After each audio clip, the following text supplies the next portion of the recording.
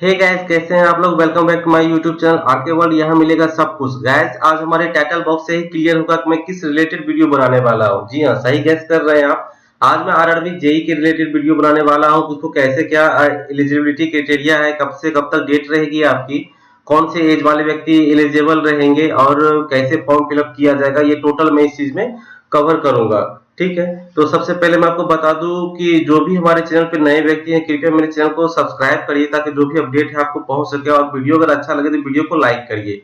तो चलिए video start करते हैं। सबसे पहले ये इसका जो नोटिफिकेशन है, ठीक है, नोटिफिकेशन को मैं थोड़ा बड़ा कर लेता हूं ताकि अपने को समझने में आसानी रहे। ये देखिए, CEN नंबर 3/2024 है। अभी नोटिफिकेशन और फॉर्म को अप्लाई कैसे किया जाएगा ये भी मैं आगे बताऊंगा। ठीक है, तो ये CEN नंबर 03//2024 है, जो रेलवे जेई के पोस्ट के लिए है। ठीक है, इसमें मैं बताऊं आपको तो इसका जो डेट है वो 30/7/2024 से स्टार्ट हो चुका है, और क्लोजिंग डेट जो है वो 29/8/2024 को रात में 11:59 तक वैलिड रहेंगे। मॉडिफिकेशन एंड करेक्शन की मैं बात करूं तो वो फिर इसका डेट जो है वो क्लोज होने के बाद से 30/8/2024 से लेके 8/9/2024 तक रहेगा।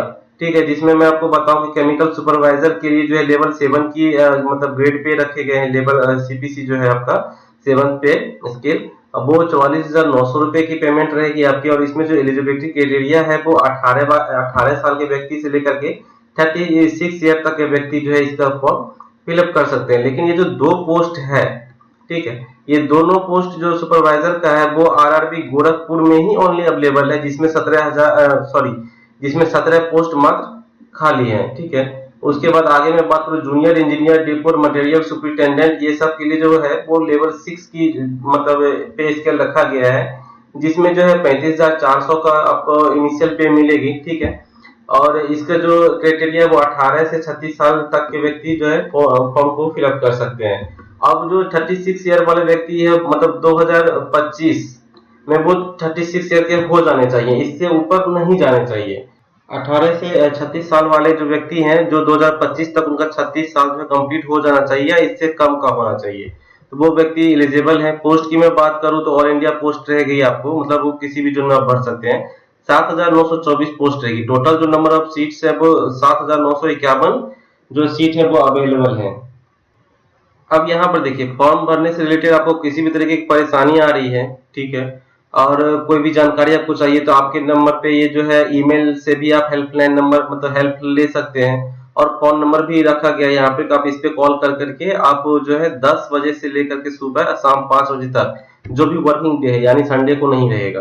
ठीक है, तो आप इसमें अपना प्रॉब्लम डिस्कस कर सकते हैं और सोल्यूशन वहां से ले सकते हैं। अगर किसी तरह की परेशानी आ रही होगी फॉर्म फिल करने में तो यहाँ से सोल्यूशन आपको मिल जाएगा। अब यहाँ पर देख लीजिए कौन से व्यक्ति फॉर्म फिल कर सकते हैं। 18 से 36 साल का जो उम्र रखा गया है, जिसमें जनरल और ईडब्ल्यूएस वाले जो व्यक्ति है, यानी जनरल और ईडब्ल्यूएस वाले व्यक्ति का जो डेट ऑफ ईयर है वो 89 होगा, वो एलिजिबल होंगे। ठीक है, ओबीसी एनसीएल में जिनका डेट ऑफ ईयर 86 होगा वो एलिजिबल होंगे। SC ST में जिनका डेट 1984 होगा वो एलिजिबल होंगे, और वो कैंडिडेट एलिजिबल होंगे जिनका डेट ऑफ बर्थ 2007 के अंदर हो, यानी 7, 6, 5, 4 ऐसे हो तो वो व्यक्ति एलिजिबल होगा। अगर इनके बाद जिनका डेट ऑफ बर्थ 2008 है वो एलिजिबल नहीं होंगे। इसमें मैं कैटेगरी की मैं बात करूं तो SC SC कैटेगरी में जो छूट मिलेगी आपको 5 साल की छूट मिलेगी। ओबीसी में नॉन क्रीमी लेयर में 3 साल की छूट मिलेगी आपको। एक्स सर्विसमैन के लिए बात करूं तो जनरल और ईडब्ल्यूएस कैंडिडेट के लिए 3 साल की छूट रहेगी, और ओबीसी एनसीएल के लिए 6 साल की छूट रहेगी। SC ST में बात करूं तो 8 साल की छूट रहेगी। ठीक है, विकलांग कैंडिडेट के लिए मैं बता दूं जनरल में 10 साल की छूट रहेगी, ओबीसी कैटेगरी में 13 साल की छूट रहेगी, और SC ST कैटेगरी में 15 साल की छूट रहेगी। अब यहाँ पर एक चीज गौर करने वाली बात है दोस्तों कि यहाँ जो फीमेल कैंडिडेट है, जो डाइवोर्स है, सेपरेट है, मतलब जो भी है ये चीज है ना, आफ्टर मैरिड, तो उनके लिए जो जनरल ईडब्ल्यूएस कैंडिडेट है उनको 35 साल तक एज रहेगा, और ओबीसी एनसीएल में 38 साल, और SC ST कैटेगरी में जो है यहाँ पे 40 साल तक का वो एलिजिबल क्राइटेरिया रहेंगे कि आप ये फॉर्म फिलअप कर सकते हैं। फी की मैं बात करूं तो 500 रुपए लगेंगे जनरल ओबीसी कैंडिडेट के लिए, और यहाँ पर जो भी SC ST ex serviceman female transgender है ना, माइनॉरिटी कम्युनिटी से जो भी आते हैं और ईबीसी से जो आते हैं, इसमें जो ईबीसी है एक बहुत बड़ा एक मुद्दा है गाइस। इसके लिए मैं एक अलग से वीडियो में आपको बनाऊंगा, क्योंकि इसमें थोड़ा सा समस्या होगी स्टेट और सेंट्रल को लेकर के। तो मैं आपको बता दूं कि इसमें जो 500 रुपए रहेंगे जनरल और ओबीसी कास्ट जो रहेंगे, उनमें से 400 रुपए रिफंड हो जाएंगे जब आप सीबीटी फर्स्ट अटेम्प्ट करते हैं तो। और ये 250 रुपए आपको S T S C, female transgender और एक्स सर्विसमैन के लिए जो लगेंगे वो 250 रुपए रिटर्न हो जाएंगे जब आप सीबीटी फर्स्ट अटेम्प्ट करेंगे तब।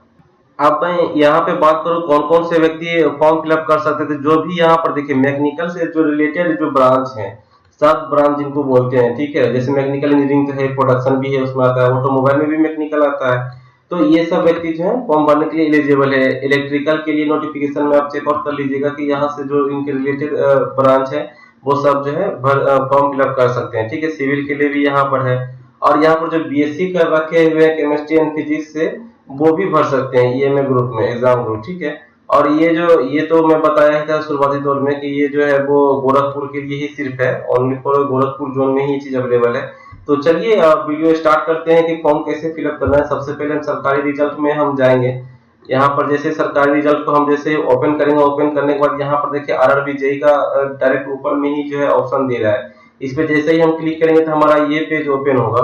ये पेज ओपन होने के बाद यहाँ पर मैंने इन सब की जानकारी आपको दे ही दी। और मैं बता दूं आपको कि जब आप फॉर्म को करेक्शन के लिए करेंगे तो उसमें से भी आपको जो है वो चार्ज लगेगा करेक्शन का। तो प्लीज आप फॉर्म जो है पूरा सोच समझ के अच्छे से देख करके, कोई भी स्पेलिंग मिस्टेक ना हो, क्योंकि ये रेलवे की फॉर्म है, फॉर्म आपका रिजेक्ट हो जाएगा डायरेक्ट।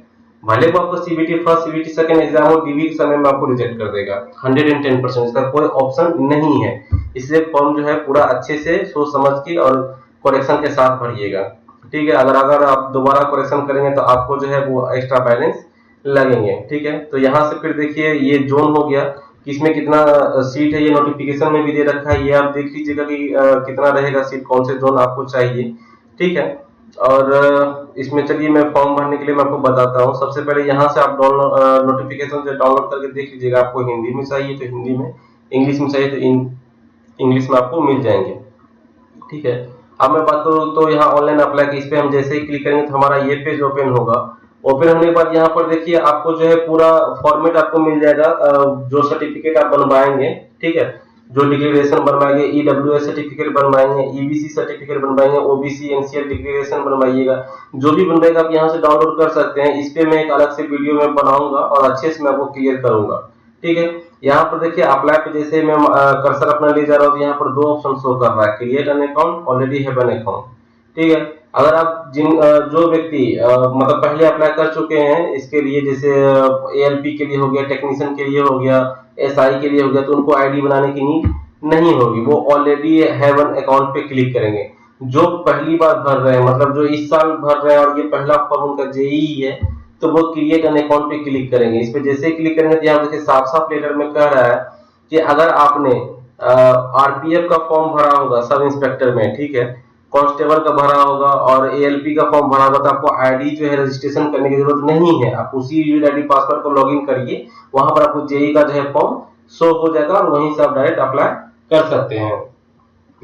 और जो नहीं करें तो उसके लिए वो रजिस्ट्रेशन करना पड़ेगा। इसको हम ओके करेंगे। ओके करने के बाद यहाँ पर मैं आपको बता दूं, यहाँ पर आपका नेशनलिटी सिलेक्ट करना पड़ेगा कि आप इंडिया से हैं या नेपाल से हैं। तो भाई अपन इंडियन है, इंडिया से ही है, तो इंडियन डालेंगे, ठीक है।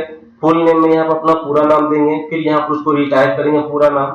उसके बाद यहाँ पूछ रहा है क्या आपने अपना नाम चेंज किया है। अगर आप चेंज किए होंगे तो ठीक है, नहीं चेंज किए होंगे तो नो करेंगे। अगर चेंज किए होंगे तो इस पर यस करने के बाद आई अंडरस्टैंड एंड एग्री पे क्लिक करेंगे। यहाँ फिर आपको नया नाम जो है वो देना पड़ेगा और यहाँ फिर उसको नया नाम वेरीफाई करना पड़ेगा। अगर आप नहीं किए तो नो करेंगे और आगे बढ़ेंगे, ठीक है। डेट ऑफ बर्थ की मैं बात करूँ तो डेट ऑफ बर्थ आपको सिलेक्ट करना पड़ेगा। सिलेक्ट करने के बाद जो है यहाँ पर यहाँ से ऐसे सिलेक्ट करना पड़ेगा। 2007 के अंदर वाले व्यक्ति भर सकते हैं, यानी 2006 डेट है तो ठीक है। फिर इसको जो है रीवेरीफाई करना पड़ेगा, ठीक है। यहाँ देखिए रीजन से लिखना पड़ेगा। फिर आपको जो है कैटेगरी सिलेक्ट करनी पड़ेगी कि आप कौन से जेंडर से बिलोंग करते हैं, मेल, फीमेल या ट्रांसजेंडर। फिर यहाँ पर उसको फिर से सिलेक्ट कीजिएगा। यहाँ पर अपने पापा का नाम दीजिएगा। पापा का नाम जो सर्टिफिकेट के अकॉर्डिंग होंगे वो दीजिएगा। आप जिनके मम्मी पापा अगर पढ़े नहीं होंगे तो जो भी उनका नाम है वो नाम आप एंटर करिएगा, जिन नाम से वो जाने जाते हैं। लेकिन जिनके गार्जियन पढ़े लिखे हैं तो उनके पास जो सर्टिफिकेट में जो नाम होगा वो दीजिएगा। ऐसा नहीं कि रितु देवी है ना, सीता देवी, ऐसे मत करिएगा। जो भी होगा, अगर सर्टिफिकेट में उनका नाम सीता कुमारी हो तो सीता कुमारी दीजिएगा, ठीक है। तो यहाँ पर अपने पापा का नाम देंगे, फिर से यहाँ पापा का नाम टाइप करेंगे, यहाँ पर अपने मदर का नाम देंगे, फिर से मदर का नाम टाइप करेंगे। यहाँ पर कह रहा है आधार वेरिफिकेशन करने के लिए, अगर आपके पास आधार है तो आधार नंबर एंटर करके वेरीफाई करेंगे, अगर नहीं है तो आई डू नॉट आधार पे क्लिक करके जैसे ही यहाँ पे जाएंगे तो फिर आपको यहाँ पे आईडी सिलेक्ट करना पड़ेगा। आईडी में आप ड्राइवरी लाइसेंस, पासपोर्ट, पैन कार्ड, ये सब कुछ भी जो है आप सिलेक्ट कर सकते हैं, ठीक है। अगर फिर उसके बाद आपको डॉक्यूमेंट्स का नंबर देना पड़ेगा, कौन इशू किया है वो बताना पड़ेगा, और कब मतलब किस जगह पर ये इशू हुआ है वो बताना पड़ेगा। तो उससे बेहतर है भाई यहाँ पे जो है डेट भी डालना पड़ेगा, किस डेट में इशू हुआ है। तो उससे बेहतर है कि आप जो है आधार को ही वेरीफाई कर दो, इजी वे में वेरीफाई हो जाएगा। रजिस्टर्ड मोबाइल नंबर पे एक ओटीपी जाएगा, ओटीपी यहाँ पे एंटर करना पड़ेगा और देन ये वेरीफाई हो जाएगा। अब यहाँ पे आप अपना ईमेल आईडी एंटर करेंगे, ईमेल आईडी जैसे ही एंटर करेंगे पूरा, तो यहाँ पर जनरेट ईमेल ओटीपी का ऑप्शन आ रहा है, इस पे जैसे ही क्लिक करेंगे तो आपकी ईमेल आईडी पे एक ओटीपी सेंड होगा। वो ओटीपी का नंबर इस बॉक्स में जो है आप एंटर करेंगे, एंटर करने के बाद वो ऑटोमेटिक जो है वो वेरीफाई हो जाएगा। फिर यहाँ पर मोबाइल नंबर मांग रहा है, मोबाइल नंबर यहाँ पर देंगे, फिर जनरेट ओटीपी करेंगे, जनरेट मोबाइल ओटीपी। आपके मोबाइल पे एक एसएमएस आएगा, वो ओटीपी आप यहाँ पे एंटर करेंगे तो ये मोबाइल वेरीफाई हो जाएगा। और ये दोनों चीज वही दीजिएगा जो आपको चालू कंडीशन में हो, जिसपे आप वर्क कर रहे, जो चल रहा है, क्योंकि जो भी अपडेट्स होंगे आपके मोबाइल पे ही आएंगे। जैसे अभी एएलपी के भी बहुत सारे अपडेट्स आए हैं, तो आने वाले समय में इन लोगों के भी जो है बहुत सारे अपडेट्स आएंगे, तो आप इनको ही सेलेक्ट करिएगा कि जो आपका रनिंग कंडीशन में नंबर हो और ईमेल हो, जो आप चेक कर सके, ठीक है। उसके बाद आपको एक पासवर्ड जो है वो क्रिएट करना पड़ेगा। पासवर्ड क्रिएट करने के लिए मैं आपको बता दूं कि एक लेटर कैपिटल लीजिएगा, ठीक है, बाकी सब लेटर स्मॉल लीजिएगा, एक स्पेशल कैरेक्टर लीजिएगा, है ना, और एक नंबर लीजिएगा। मैं भी आपको बता देता हूँ पासवर्ड कैसे बनाना है। देखिए भाई यहाँ पे डायरेक्ट मैं यहाँ पे आपको लिख के मैं बता दिया हूँ, ठीक है। यहाँ पर देखिए आर कैपिटल है, जिससे आपका नाम राम कुमार है ना, या राम सिंह है ना, जो भी है तो उसका कैपिटल लेटर आप कोई सा भी पासवर्ड जो भी बनाएगा आपके मन के अकॉर्डिंग, तो उसका कैपिटल लेटर जो फर्स्ट लेटर कैपिटल ले लीजिएगा, बाकी जो सभी लेटर स्मॉल रहेंगे। एक यहाँ पर एट द रेट ले लीजिएगा, या हैश ले लीजिएगा, या एंड ले लीजिएगा, या परसेंटेज का साइन ले लीजिएगा, कुछ भी आप ले लीजिएगा, और 1 2 3 या कोई भी अंक लेना हो ले लीजिएगा। तो वो आपका जो है पासवर्ड स्ट्रांग हो जाएगा। होने के बाद की मैं बात करूं आपको, तो फिर यहाँ पे जो है 86 ये जो कैप्चा दे रखा है 8605, तो ये वाला कैप्चा यहाँ पे एंटर करना रहेगा। एंटर करने के बाद फिर आप प्रीव्यू एंड क्रिएट पे क्लिक करेंगे, तो फिर ऐसा विंडो ओपन, ठीक है। फिर यहाँ पे जो है आप प्रीव्यू पे जैसे ही क्लिक करेंगे, क्लिक करने के बाद हमारा ऐसा विंडो ओपन होगा। ओपन होने के बाद यहाँ पर देखिए आई हैव रीचेक पे बॉक्स पे क्लिक करेंगे। यहाँ पे अगर इसमें कोई गड़बड़ी होगी तो आप एडिट करके फिर से सुधार कर सकते हैं, नहीं गड़बड़ी है, सब कुछ चेक कर लिए तो यहाँ पे क्रिएट एन अकाउंट पे क्लिक करेंगे। फिर यहाँ पूछ रहा है कि आप अच्छे से चेक कर लिए होंगे ईमेल आईडी और मोबाइल नंबर के साथ, कोई तरह की दिक्कत तो नहीं है। मतलब अगर आप एडिट करना चाहते हैं अभी भी कैंसिल यहाँ कट पे निकाल के एडिट कर सकते हैं। तो ये फाइनल पूछ रहा है कि मतलब आपका रजिस्ट्रेशन कंप्लीट कर दिया जाए, तो बिल्कुल कर दिया जाए, ठीक है। इस पे जैसे प्रोसेस पे क्लिक करेंगे, क्लिक करने के बाद जो है ये ऐसा home page user ID create successfully का जो है ये मैसेज आ गया है हमारे पास, ठीक है। अब इसमें हम जो है यहाँ पर लॉगिन करेंगे, यहाँ पासवर्ड डालेंगे और यहाँ पर जो है कैप्चा डाल करके एंटर कर देंगे। अब इनको जो अपना पासवर्ड भूल गए होंगे तो यहाँ फॉरगेट पासवर्ड करके मोबाइल नंबर या ईमेल आईडी डालेंगे और डेट ऑफ बर्थ डालेंगे और कैप्चा डाल के प्रोसेस करेंगे, तो उनके ईमेल पे जो है एक वर्चुअल पासवर्ड जो है वो भेज दिया जाएगा। तो अभी तो हम अपना अकाउंट बनाए हैं, अपने को यूजर आईडी और पासवर्ड जो है वो पता है। तो चलिए देखिए ये हमारा जो है इस ढंग का जो होम पेज ओपन हो गया, यहाँ पे सब कुछ बताया हुआ है, तो कोई बात नहीं। यहाँ पे भी से यहाँ से भी आप क्लिक कर सकते हैं ऑनलाइन एप्लीकेशन, या यहाँ से भी आप क्लिक कर सकते हैं ऑनलाइन एप्लीकेशन, तो कोई बात नहीं है, हम यहीं से कर लेते हैं। ये हमारा पेज ओपन हो गया है आरआरबी जेई के लिए CA number 3 2024 junior engineer form के लिए, ठीक है। यहाँ सबसे पहले आप पूछा जा रहा है आप किस जोन के लिए अप्लाई करना चाहते हैं। इस पे जैसे ही क्लिक करेंगे आप कोई सा भी एक जोन सेलेक्ट कर लेंगे। अगर आपको पटना चाहिए तो पटना कर सकते हैं, अगर आपको भोपाल चाहिए तो भोपाल, अहमदाबाद, सिकंदराबाद कुछ भी आप ले सकते हैं। सिकंदराबाद को ही लेकर के चल रहा हूँ। यहाँ पर I am not currently divided by RRB पे क्लिक करेंगे। क्लिक करने के बाद हम जैसे ही यहाँ पे आगे बढ़ेंगे, आगे बढ़ने के बाद जो है ये हमारा जो है टोटल डिटेल्स जो हम प्रोवाइड किए हैं रजिस्ट्रेशन के समय में, ये टोटल डिटेल्स हमारा फेच कर लेगा। फेच करने के बाद जो है फेच कर लेगा। फेच करने के बाद जो है यहाँ पर देखिए मैक्सिमम चीज जो है वो भरा हुआ आ रहा है। यहाँ पर आपको भरना क्या क्या है, यहाँ पर आपको भरना क्या क्या है, तो आपको जो है मैं बता दूं आपको कि यहाँ पर कुछ ही चीजें जो भरनी रहेंगी आपको, जो मैरिटल स्टेटस है वो आप फिल करिएगा कि आप मैरिड हैं कि अनमैरिड हैं, ठीक है, वो सिलेक्ट कर लीजिएगा। अपना जो कैटेगरी मतलब जो रीजन है आपका, रिलीजन है आपका, वो आप सिलेक्ट कर लीजिएगा, हिंदू मुस्लिम जो भी है आप सिलेक्ट कर लीजिएगा यहाँ पे। उसके बाद अपना मदर टंग आप कौन से लैंग्वेज प्रिफर करते हैं बोलना, हिंदी, गुजराती, बंगाली, जो भी आपका आप अपने अनुसार से देख लीजिएगा, ठीक है। उसके बाद यहाँ पे पूछ रहा है कि लैंग्वेज ऑफ एग्जामिनेशन, किस लैंग्वेज में आप एग्जामिनेशन देना चाहते हैं, तो यहाँ पर अपना लैंग्वेज सेलेक्ट कर लीजिएगा। सेलेक्ट करने के बाद यहाँ परमानेंट विजिबल मार्क्स का है एंटर करने के लिए, वो एंटर कर लीजिएगा। अगर आपके बॉडी में कहीं कोई कट मार्क हो बचपन से जो कि अभी तक मिटा नहीं हो, वो मार्क्स आपको देना रहेगा। दो दो मार्क्स आपको लगेंगे, एक इसमें डालिएगा और एक इसमें एंटर करिएगा। फिर अपना जो है कम्युनिटी सेलेक्ट करेंगे कि आप जनरल, ओबीसी, ईडब्ल्यूएस किस कैटेगरी से बिलोंग करते हैं, वो सिलेक्ट करिएगा। उसके बाद फिर यहाँ पर पूछ रहा है कि परमानेंट एड्रेस, ये प्रेजेंट एड्रेस है यहाँ पर आपको देना रहेगा। तो सबसे पहले आप परमानेंट एड्रेस दे दीजिएगा। परमानेंट एड्रेस देने के बाद यहाँ पर स्टेट का नाम दीजिएगा, जिला का नाम दीजिएगा, एड्रेस दीजिएगा और अपना टाउन या विलेज का नाम, पिन कोड एंटर करिएगा। अगर प्रेजेंट एड्रेस भी सेम है तो आप इस टिक पे क्लिक करिएगा, जैसे कि ये उठ करके यहाँ पे सब आ जाएगा, मतलब दोनों का दोनों सेम हो जाएगा। सेम होने के बाद जो है आपका जो है आपको यहाँ पे सेव पे क्लिक करना पड़ेगा। अगर सारा डेटा सही है चेक कर लीजिएगा, फिर सेव पे क्लिक कीजिएगा, देन फिर नेक्स्ट पे क्लिक कीजिएगा। नेक्स्ट पे क्लिक करने के बाद आपको जो है फिर ऐसा इंटरफेस ओपन होगा। भाई एक चीज मैं और क्लियर करना चाहता हूँ, यहाँ पे सेव एंड नेक्स्ट करने से पहले एक चीज यहाँ पे देख लीजिए कि यहाँ पे जो है कम्युनिटी जो मांग रहा है अपना, तो कम्युनिटी में अगर आप जनरल यहाँ पे सिलेक्ट करेंगे तो आपको कोई भी डेटा जो है यहाँ पे एंटर करने की नीड नहीं रहेगी। जैसे ही आप एसटी सिलेक्ट करेंगे या एसटी या एससी ये सिलेक्ट करेंगे, यहाँ अंडरस्टैंड करने के बाद जो है आपको कास्ट का नाम यहाँ पे एंटर करना पड़ेगा, उसका सर्टिफिकेट नंबर बनवाए हैं तो वो एंटर करना पड़ेगा, कौन से ऑफिसर आपको वो सर्टिफिकेट बनवा करके दिए हैं इनमें से जो भी होगा, आरओ वगैरह तालुका से बनवाए हैं, सब डिविजनल से बनाए, मजिस्ट्रेट से बनवाए, वो यहाँ पर एंटर करेंगे, ठीक है। किस डेट में इशू हुआ वो एंटर करेंगे। और यहाँ पर आप पास के लिए मतलब मांग कर रहे हैं तो आप यस करिएगा, नहीं तो नहीं करिएगा, ठीक है। एससी एसटी कैटेगरी वालों के लिए है।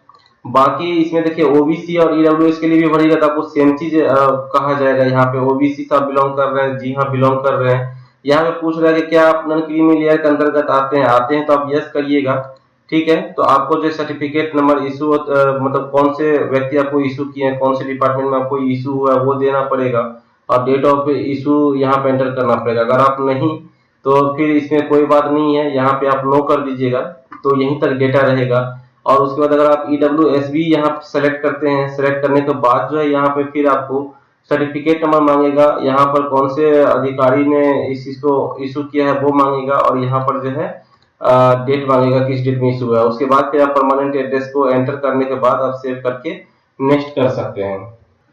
अब देखिए यहाँ पे जैसे ही मैंने नेक्स्ट किया, नेक्स्ट करने के बाद जो है ये हमारा दूसरा जो है विंडो ओपन हो गया, दूसरा पेज ओपन हो गया। यहाँ पे पूछ रहा है कि क्या आप एक्स सर्विसमैन हैं, तो यहाँ पे यस करेंगे। यस करने के बाद जो है आपको टोटल डिटेल्स यहाँ पे एंटर करना पड़ेगा कि आप किस में हैं, अपना सिलेक्ट करना पड़ेगा, रैंक देना पड़ेगा, ठीक है। यहाँ पे जो है आपका डेट देना पड़ेगा। उसके बाद यहाँ पे आप मतलब इसमें पूछ रहा है कि अभी आप डिफेंस में है या नहीं है, वो आपको एंटर करना पड़ेगा, ठीक है। और यहाँ पे ड्यूरेशन ऑटोमेटिक जो है इस डेट के अकॉर्डिंग आ जाएगा, ठीक है। यहाँ पर अगर आप नहीं है तो यहाँ पर राइट आप नहीं कर दीजिएगा, है ना। अब पर्सन विथ जो है ये पीडब्ल्यूबीडी कैंडिडेट के लिए जो विकलांग है, अगर आप हैं तो यहाँ पर यस करिएगा। फिर यहाँ पर आपको डिजेबिलिटी का क्राइटेरिया, सब डिजेबिलिटी, है ना, सर्टिफिकेट नंबर देना पड़ेगा, नेचर ऑफ डिजेबिलिटी देना पड़ेगा, परमानेंट है कि टेम्पोररी है, ये सारा कुछ देना पड़ेगा कि ये सर्टिफिकेट आपका कब इशू हुआ है वो भी आपको एंटर करना पड़ेगा। अगर आप नहीं है तो आप नो कर दीजिएगा।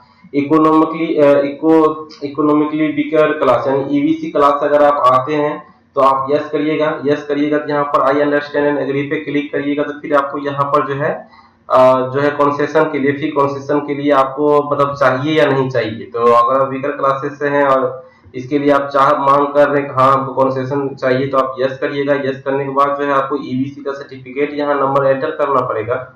यहाँ पे कौन अधिकारी आपको जो इशू किए हैं या बीपीएल कार्ड धारक हैं, ठीक है। यहाँ पर देख लीजिए बीपीएल कार्ड धारक या डिस्ट्रिक्ट मजिस्ट्रेट के थ्रू आपको मतलब मिला है, जो भी है आप यहाँ पर एक बार पढ़ करके वो आप एंटर कर दीजिएगा।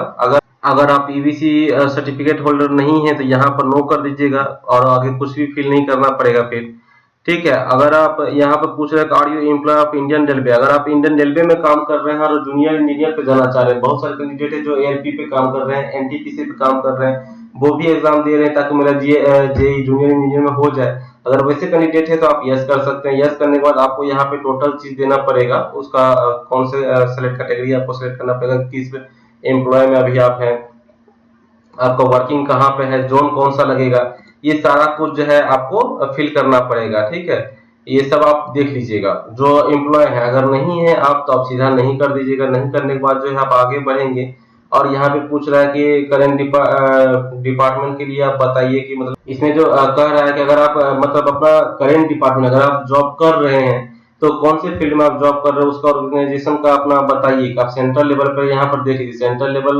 मतलब है, मतलब सेंट्रल गवर्नमेंट में है, स्टेट गवर्नमेंट में है, पीएसयू में है, किस में है।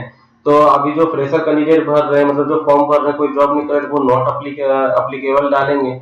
या जो जॉब कर रहे हैं सेंट्रल स्टेट पीएसयू का, तो वो अपना उसका डिटेल्स डाल करके यहाँ पर जैसे ही करेंगे तो फिर उस चीज का जो है आपको डिटेल्स पूरा एंटर करना पड़ेगा कि आपका मतलब किस संस्थान में आप काम कर रहे हैं, है ना, आपका डेट का कहाँ है, अभी आप किस कहाँ पे मतलब वर्किंग है या नहीं है, छोड़ चुके हैं, वो एंटर करना पड़ेगा। तो अगर आप नहीं है तो आप सीधा नहीं करिएगा, नॉट सेलेक्ट मत रखिएगा यहाँ पर जो है ना, सेलेक्ट वो मत रखिएगा, आप सीधा नॉट अप्लीकेबल कर दीजिएगा। ठीक है, क्योंकि ये कंपलसरी मांग रहा है। उसके बाद यहाँ पर बोल रहा है कि बैंक डिटेल्स फॉर रिफंड फी, यहाँ पर जो है जो 400 रुपए आपके रिफंड होंगे ओबीसी और जनरल कैंडिडेट के लिए, तो उनको बैंक अकाउंट लिंक करना पड़ेगा। और जो एससी एसटी कैंडिडेट के लिए है उनको 250 रुपए जो रिफंड होंगे उनके लिए भी बैंक अकाउंट अपना एंटर करना पड़ेगा। यहाँ पे अकाउंट होल्डर का नाम दीजिएगा, अकाउंट नंबर दीजिएगा, कंफर्म अकाउंट नंबर दीजिएगा, आईएफएससी कोड दीजिएगा, बैंक का नाम ऑटोमेटिक आ जाएगा और बैंक का एड्रेस भी आ जाएगा। ठीक है, उसके बाद आईएफएससी लेकर के यहाँ कंफर्म पे क्लिक करना पड़ेगा। फिर यहाँ पे डेटा आप अपना चेक कर लीजिएगा, चेक करने के बाद पहले सेव करिएगा, सेव करने के बाद फिर जो है नेक्स्ट करिए। अब देखिए जैसे मैंने यहाँ पे नेक्स्ट किया, नेक्स्ट करने के बाद यहाँ पर देखिए ये पेज मेरा ओपन हो गया। ओपन होने के बाद ये जो है क्वालिफिकेशन का पेज है।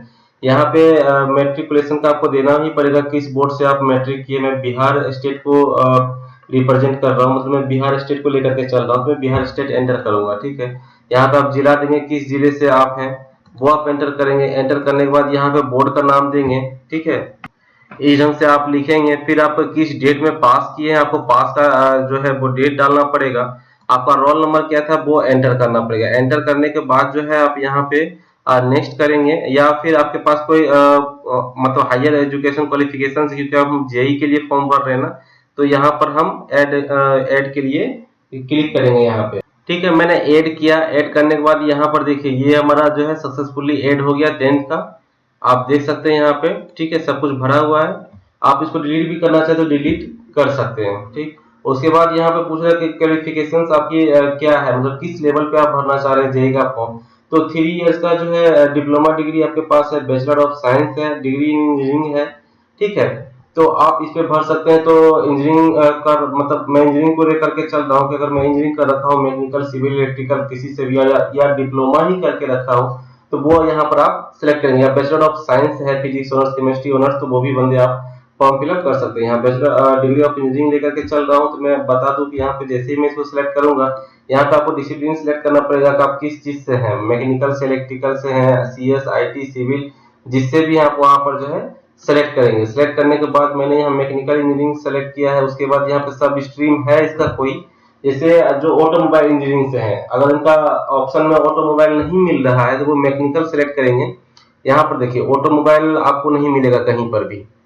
ठीक है, ये देखिए ऑटोमोबाइल, अच्छा ऑटोमोबाइल है, प्रोडक्शन नहीं है, प्रोडक्शन भी है। आप नोटिस में देख लीजिएगा, नोटिफिकेशन में जो इसमें ब्रांच अगर आपका उसमें एलिजिबल है और इसमें नहीं शो कर रहा है, तो उसकी जगह पर आप मैकेनिकल रखेंगे। वो मैकेनिकल से रिलेटिव होना चाहिए, सब स्ट्रीम होना चाहिए, ये बात आप ध्यान रखिएगा। जैसे सिविल का सब स्ट्रीम अलग होगा, इलेक्ट्रिकल का सब स्ट्रीम अलग होगा, वो आप नोटिफिकेशन में एक बार चेक कर लीजिएगा। यहाँ पर देखिए जो मैकेनिकल का है और जो एलाइड इंजीनियरिंग का है, यहाँ पे पूरा चीज यहाँ पे दे रखा है मैकेनिकल से रिलेटेड। जैसे ही आप इलेक्ट्रिकल यहाँ पे एंटर करेंगे तो ये इलेक्ट्रिकल से रिलेटेड होगा। जैसे यहाँ पर देख लीजिए इलेक्ट्रॉनिक्स एंटर करेंगे तो ये पूरा का पूरा इलेक्ट्रॉनिक्स से है। ये सिविल आप एंटर करेंगे तो ये पूरा का पूरा जो है वो सिविल से है। ठीक है, तो यहाँ पर आपको अगर सब ब्रांच है तो यहाँ पर एंटर करके यहाँ पर सब स्ट्रीम आपको एंटर कर देना है। ठीक है, अगर है तो ठीक है, नहीं है तो कोई बात नहीं है। फिर यहाँ पर आप स्टेट सेलेक्ट करेंगे कि आप कहाँ से आप मतलब इंजीनियरिंग की डिग्री कंप्लीट किए हैं, वो आप एंटर करेंगे। यहाँ पे जिला एंटर करेंगे कि आप कहाँ से आप मतलब किस जिले से आपका कॉलेज किस जिले में था, वो एंटर करेंगे। यहाँ यूनिवर्सिटी का आप नाम एंटर करेंगे, नाम एंटर करने के बाद यहाँ पर कब आप पास आउट हुए हैं वो आप एंटर करेंगे। एंटर करने के बाद इसके बाद अगर आप लगाना चाहते हैं कोई और डिग्री तो एमटेक ये सब का लगा सकते, लेकिन जो जेई का फॉर्म है इसी लेवल पे निकला हुआ था, यहीं से करने के बाद जो है हम डायरेक्ट नेक्स्ट पे क्लिक करेंगे। अब देखिए जैसे ही मैंने नेक्स्ट किया, नेक्स्ट करने के बाद हमारा जो ये पेज ओपन हुआ है वो अपलोड फोटो एंड सिग्नेचर का ओपन हुआ है। ठीक है, यहाँ पर देख लीजिए, मैं बता दूं फोटो किस टाइप का होना चाहिए। तो फोटो जो है बिल्कुल जो इस टाइप का नहीं हो कि आप मास्क लगाए हुए हैं, बाल नीचे गिरा हुआ है, चश्मा पहने हुए हैं या छाया का आ रहा है, या आप टोपी लगाए हुए, इस ढंग का फोटो नहीं होना चाहिए, बैकग्राउंड रंगीन नहीं चाहिए। फोटो जो है आपका बिल्कुल इस टाइप का होना चाहिए। यहाँ जो ग्रीन टिक लगा हुआ है, बैकग्राउंड आपका व्हाइट होना चाहिए, प्रॉपर आप कैमरे में देखते हुए नजर आए, ऐसा फोटो पासपोर्ट साइज का आपको लगेगा। ये रहा सैंपल, मैंने यहाँ पे एंटर कर दिया है। तो यहाँ पर बाकी आप इंस्ट्रक्शन भी आप पढ़ सकते हैं। तो आप यहाँ पर बोल रहा है कि कलर फोटो चाहिए जिसका बैकग्राउंड जो है वो व्हाइट होना चाहिए, और मतलब पुराना, ज्यादा पुराना फोटो, 6 मंथ से पुराना फोटो नहीं होना चाहिए। 320 इंटू 240 पिक्सल में जो है वो होना चाहिए। फोटो की जो साइज है वो 30 KB से लेकर के 70 KB के बीच में होनी चाहिए। ठीक है, तो यहाँ से फोटो सेलेक्ट कर लेंगे। फिर यहाँ पर बोल रहा है सिग्नेचर, सिग्नेचर जो है 50 mm इंटू 20 mm में होना चाहिए, जो कि जो है आपका मैं बता दूं 30 KB से 70 KB के बीच में ये होना चाहिए। तो यहाँ से आप अपना सिग्नेचर अपलोड करेंगे। अपलोड करने के बाद जो है यहाँ पर आप सेव करेंगे। सेव करने के बाद फिर से आप नेक्स्ट कर देंगे। नेक्स्ट करने के बाद जो है हमारा ये पेज ओपन हुआ। ओपन होने के बाद आप यहाँ पर देखेंगे कि इस जोन में जो आप फॉर्म फिलअप किए उससे रिलेटेड जितने भी आप एलिजिबल क्राइटेरिया, ये सारा के सारे आपको यहाँ पे मिलेंगे। आप यहाँ पे प्लस वाले आइकन पे क्लिक करते जाइएगा और उसके लिए मतलब जिस भी चीज़ के लिए आप अप्लाई करना चाहें उस चीज़ के लिए यहाँ पर आप होता चला जाएगा। आप चाहे तो आप पूरे के लिए भी अप्लाई कर सकते हैं। ठीक है, तो यहाँ पर आप हम प्लस करते जाएंगे, जो भी प्लस करते जाएंगे वो वहाँ पर अप्लाई उस पोस्ट के लिए होता चला जाएगा। अगर आप चाहें तो पूरा का पूरा पोस्ट के लिए भी एलिजिबल, मतलब ये सब पोस्ट के लिए आप एलिजिबल है, आप पूरे के पूरे के लिए भी अप्लाई कर सकते हैं। तो ये हम पूरा सिलेक्ट कर दिए। सिलेक्ट करने के बाद हम नीचे जाएंगे, यहाँ पे कह रहा है सिलेक्ट एलिजिबिलिटी एग्जाम ग्रुप। इस पे जैसे ही हम क्लिक करेंगे, इस पे जैसे ही हम क्लिक करेंगे तो यहाँ पर ये बॉक्स ओपन होगा। यहाँ पर देखिए मैकेनिकल एंड एलाइड इंजीनियरिंग। ठीक है, इसको क्लिक करने के बाद I understand and I agree. ठीक है, इस पे क्लिक कर देंगे तो ये हमारा जो है ये सेलेक्ट हो गया। सेलेक्ट होने के बाद जो है इस चीज पे हम इस बॉक्स पे टिक करने के बाद आप अपना स्थान दीजिएगा। ठीक है, स्थान यहाँ पर मेंशन करने के बाद जो है इसको हम सेव करेंगे। सेव करने के बाद ये सक्सेसफुली सेव हो जाएगा। होने के बाद जो है हम इसको प्रीव्यू एप्लीकेशन करेंगे। अब प्रीव्यू एप्लीकेशन करने के बाद हमारा एक ऐसा पॉपअप विंडो ओपन होकर के आएगा। ओपन होने के बाद यहाँ पर आप मिला लीजिएगा आपका सारा डिटेल्स, अगर सही है तो फिर आप सबमिट करिएगा, नहीं तो फिर आप एडिट करना पड़ेगा। एडिट पे क्लिक करिएगा और फिर से आप एडिट कर सकते हैं। तो यहाँ पर जो है मेरा सारा डिटेल्स मतलब ओके है, तो यहाँ पर हम चेक बॉक्स पे क्लियर करेंगे, मतलब टिक लगाएंगे और यहाँ पर सबमिट करेंगे। सबमिट करने के बाद यहाँ पर जैसे हम सबमिट करेंगे तो हमारा जो ये एप्लीकेशन है वो सबमिट हो चुका है। अब पेमेंट ऑप्शन पे ये ओपन हो गया। यहाँ से हम पेमेंट करेंगे। पेमेंट करने के बाद यहाँ प्रोसेस करेंगे सीबीटी फर्स्ट के लिए, और जैसे फिर ये प्रोसेस होगा तो यहाँ पर अपना जो है कार्ड के माध्यम से, इंटरनेट बैंकिंग के माध्यम से कार्ड नंबर एंटर करके और नेम डेट ईयर सीवीवी ये एंटर करके आप पेमेंट कर सकते हैं। अब जैसे ही पेमेंट सक्सेसफुल हो जाएगा, होने के बाद हम फिर से लॉगिन करेंगे। लॉगिन करने के बाद यहाँ पर देखिए एप्लीकेशन हिस्ट्री पे हम जाएंगे। जाने के बाद हमारा जो है ये पूरा यहाँ पे दिखेगा आरआरबी जेई के लिए, जूनियर इंजीनियर के लिए। हम यहाँ पर जो मेरा पेमेंट है, पेमेंट प्रोसेसिंग में दिखा रहा है, क्योंकि मैंने पेमेंट नहीं किया, बस मैं वीडियो बनाया हूँ आप लोग को समझाने के लिए कि किस तरीके से फॉर्म फिलअप करना है। ठीक है, अब यहाँ पर जो है आप जब पेमेंट कर देंगे तो ये वाला विंडो हाईलाइट हो जाएगा। यहाँ से आप अपना एप्लीकेशन को रिव्यू कर सकते हैं, डाउनलोड कर सकते हैं। तो यहीं तक था हमारा वीडियो। दोस्त कैसा लगा आपको हमारा वीडियो? अगर अच्छा लगा हो तो चैनल को सब्सक्राइब करिए, वीडियो को लाइक करिए, ताकि जो भी अपडेट हो आप तक पहुंच सके। तो फिर मिलते हैं नेक्स्ट वीडियो में, तब तक के लिए धन्यवाद।